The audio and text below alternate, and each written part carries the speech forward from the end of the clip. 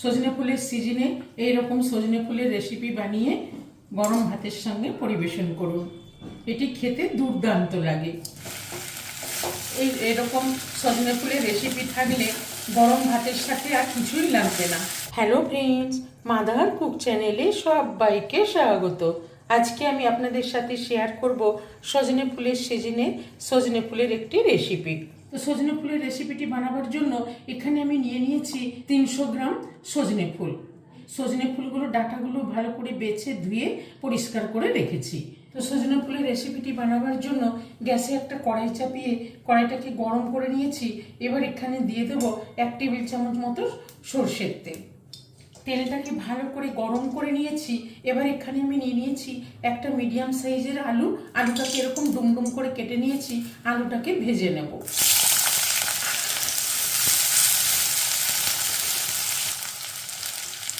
এই আলুর মধ্যে দিয়ে দেবো পরিমাণ মতো লবণ আর দিয়ে দেবো অল্প একটু হলুদ গুঁড়ো। দিয়ে আলুগুলোকে ভালো করে লাল করে ভেজে নেব। আলুগুলোকে একটু ঢেকে দিলাম। আলুটাকে লাল করে ভেজে নিলাম। এবার আলুগুলোকে উঠিয়ে নেব। আলুগুলোকে তুলে নিয়ে ওই তেলের মধ্যে এখানে একটা মিডিয়াম সাইজের বেগুনকে আমি এরকম ডুমো ডুমো করে কেটে রেখেছি। এই বেগুনগুলো ভেজে নেব। এই বেগুনগুলোর মধ্যেও পরিমাণ মতো লবণ দিয়ে দেবো আর অল্প একটু হলুদ গুঁড়ো দিয়ে দেবো। দিয়ে বেগুনগুলোকেও ভালো করে ভেজে নেব। বেগুনগুলোকেও লাল করে ভেজে নিলাম। এবার বেগুনগুলোকে উঠিয়ে নেব। বেগুনগুলোকে তুলে নিয়ে এবার এখানে আর 1 চামচ তেল দিলাম। খুব বেশি তেল দেব না, কেন কি বেগুন ভাজার মধ্যে তেল আছে। এবার এখানে দিয়ে দেবো 1/4 চামচ মতো কালো জিরে আর একটু 5 ফোড়ন আর একটা শুকনো লঙ্কা দিয়ে একটু ভেজে নেব। আর এখানে 2টো কাঁচা লঙ্কা কুচি করে নিয়েছি, কাঁচা লঙ্কাটা দিয়ে দিলাম। একটু ভেজে নিলাম। নিয়ে এবার এখানে সজনে ফুলটা দিয়ে দেবো।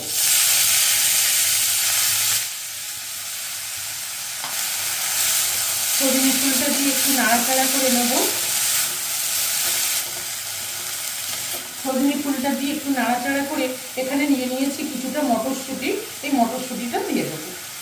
এবার সজনে ফুলের মতন অল্প একটু লবণ দিয়ে দেবো, কেন কি আমি আলু বেগুন লবণ দিয়ে ভেজেছি। সজনে ফুলের মতো লবণ দিয়ে দিলাম। আর দিয়ে দেবো এখানে অল্প একটু হলুদ গুঁড়ো দিয়ে ভালো করে নেড়ে নেব। ভালো করে নেড়ে ছেড়ে নিলাম। এবার ঢাকা দিয়ে মটরশুঁটি আর সজনে ফুলটা ভালো করে সেদ্ধ করে নেব। এখানে কিন্তু কোনো জল দেব না। সজনে ফুল থেকে যেই জল বেরোবে ওতেই সজনে ফুল আর মটরশুঁটিটা সেদ্ধ হয়ে যাবে। অনেকটাই মজে গেছে, একটা জলও বেরিয়ে গেছে।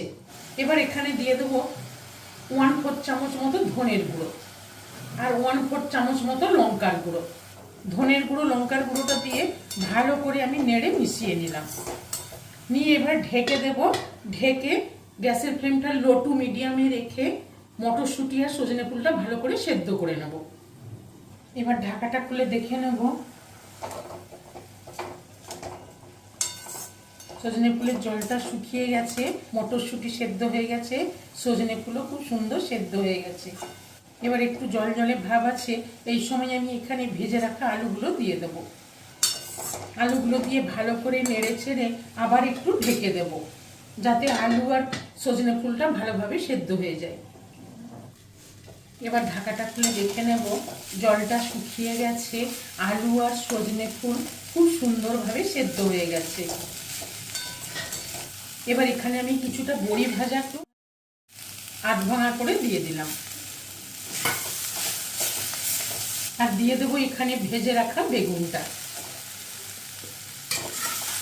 দিয়ে ভালো করে নেড়ে মিশিয়ে নেব।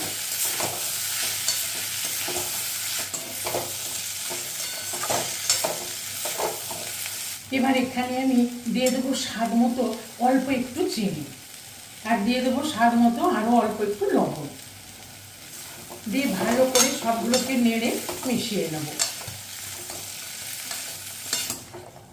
খুব সুন্দর করে সব একসাথে মিশিয়ে নিলাম। দেখেই বুঝতে পারছেন বন্ধুরা কতটা লোভনীয় হয়েছে। আর এই সজনে ফুলের রেসিপি থাকলে গরম ভাতের সাথে আর কিছুই লাগবে না। এই সজনে ফুলের রেসিপি গরম ভাতের সাথে খুবই ভালো লাগে। দেখুন সজনে ফুলের রেসিপি একদম রেডি। এবার আমি গ্যাসের ফ্লেমটা অফ করে নামিয়ে নেব। এবার গরম গরম গরম ভাতের সাথে পরিবেশন করে নেব। দুপুরবেলা গরম ভাতের সাথে এইরকম সজনে ফুলের রেসিপি থাকলে আর কিছুই লাগবে না। এটি গরম ভাতের সাথে খেতে দুর্দান্ত লাগে।